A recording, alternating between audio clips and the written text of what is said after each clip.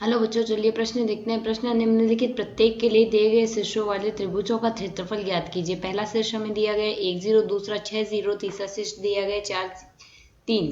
तो यहाँ से इस प्रश्न को करने हेतु हमारे पास ये हमारी मुख्य अवधारणा रहेगी। यदि हमें यहाँ से त्रिभुजों का क्षेत्रफल ज्ञात करना है तो हम सारणी का सूत्र काम में ले सकते हैं। यहाँ से हमारे पास त्रिभुज का क्षेत्रफल बराबर लिया जाएगा। यदि हम यहाँ से शीर्ष x1 y1, x2 y2 व x3 y3 यह 3 शीर्ष ले लेते हैं। यहाँ से x3 y3 है। इस प्रकार यदि हम यह 3 शीर्ष लेते हैं तो इस स्थिति में क्षेत्रफल बराबर क्या बनेगा, 1/2 गुणा में आएगा 3 गुणा 3 का सारणी, जिसमें हम x1 यहाँ लिखेंगे, y1 यहाँ लिखेंगे 1, नेक्स्ट इसी प्रकार x2 y2 1 लिखेंगे, नेक्स्ट आएगा x3 y3 1। इसी सूत्र का हम काम में लेंगे। तो यदि हम यहाँ से देखें, हमें सूत्र दिया गया, इससे हम तुलना कर लें।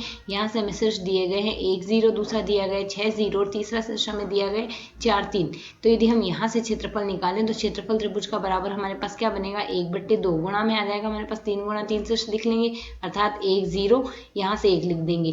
ठीक इसी प्रकार 6 0 1 लिख देंगे, इसके आगे हम 4 3 1 लिख देंगे। तो यदि हमें यहाँ से सारणी का प्रसार करना है तो हम द्वितीय स्तंभ के सापेक्ष यदि प्रसार कर ले तो भी मान हमारे पास समान नहीं आएगा। तो यहाँ से इसका मान हम द्वितीय स्तंभ के सापेक्ष प्रसार करेंगे तो माइनस में आ जाएगा। यहाँ से दो पद हमारे पास 0 0 है, तो यहाँ से प्रथम पद के लिए 0 आने से पूरा अवयव 0 हो गया, दूसरे अवयव को 0 आने से पूरा अवयव 0 हो गया, तीसरा अवयव 3 लिखेंगे और बाकी बचा हुआ इसका सहज जो सारणिक बचा है वह हम लिख देंगे। यहाँ से हमारे पास 3 को हटाने व यहाँ से इस स्तंभ को हटाने पर 1 6 1 1 बन रहा है, तो यहाँ से हम लिख देंगे 1 6 1 1। अब यहाँ से इस का हम प्रसार कर लेंगे, जिससे हमारे पास मान आएगा माइनस का 3/2 गुणा में आएगा हमारे पास 1 गुणा 1, जिसको हम 1 लिख देंगे, माइनस यहाँ से सारणी को सरल करेंगे, माइनस का 6 आएगा। इसे सरल करके हम यहाँ से लिख सकते हैं 3 गुणा में हमारे पास बनेगा माइनस का 5, यहाँ से माइनस का 3 माइनस का 5 आ जाएगा और बट्टे में हमारे पास 2 आएगा। इसे यदि हम सरल करें तो यहाँ से हमारे पास क्षेत्रफल बनेगा 15/2 वर्ग इकाई आ जाएगा। यहाँ से क्षेत्रफल का मात्रक हमने लगा देना है। तो दिए गए त्रिभुज का क्षेत्रफल आ गया 15/2 वर्ग इकाई। आशा है समझ आया। धन्यवाद।